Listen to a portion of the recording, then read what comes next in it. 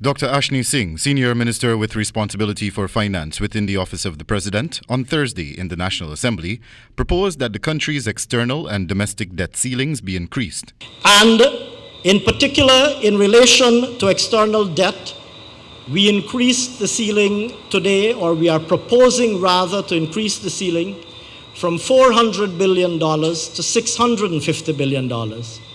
And in the case of domestic debt, we increased the ceiling from $150 billion to $500 billion. At an event on Thursday evening hosted by the GCCI, while talking up macroeconomics as the way forward for the country, the senior minister explained the rationale behind the move to increase the country's domestic and external debt. When we came into office, we identified that our predecessors in office had accumulated a vast stock of liabilities that took the form of an overdraft at the central bank, of which much has already been said, liabilities to other suppliers of goods and services, including a staggering liability to the electricity company, the GPL, contingent liabilities that had been contracted, including as a result of government guarantees that had been issued, which once crystallized, and they have started to crystallize, will result in government debt.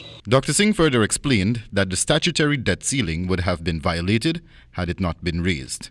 And had they not accumulated the debts that they accumulated, but discharged those debts and avoided the incurrence of the overdraft by raising financing domestically or indeed externally, in fact, the statutory ceiling on domestic debt would have been violated. Dr. Singh explained that the move was necessary so as to ensure that the private sector is not disadvantaged in relation to borrowing monies for their development agenda.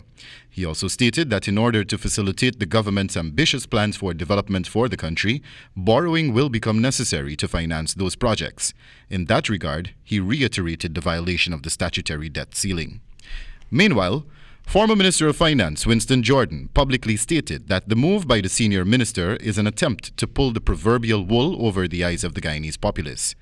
Jordan further stated that this move is not premised on sound macroeconomic policy and would only plunge the nation and its future generations into massive debt, which would only be burdensome to the country's economy. The minister explained that Ghana's Natural Resources Fund, which is being held at Federal Reserve Bank in New York, continues to collect millions of dollars from the sale of the nation's oil. But instead of making use of this money, the government instead chooses to borrow like there is no tomorrow, and that they are acting like drunken sailors. Wendell Badrie, HGP Nightly News.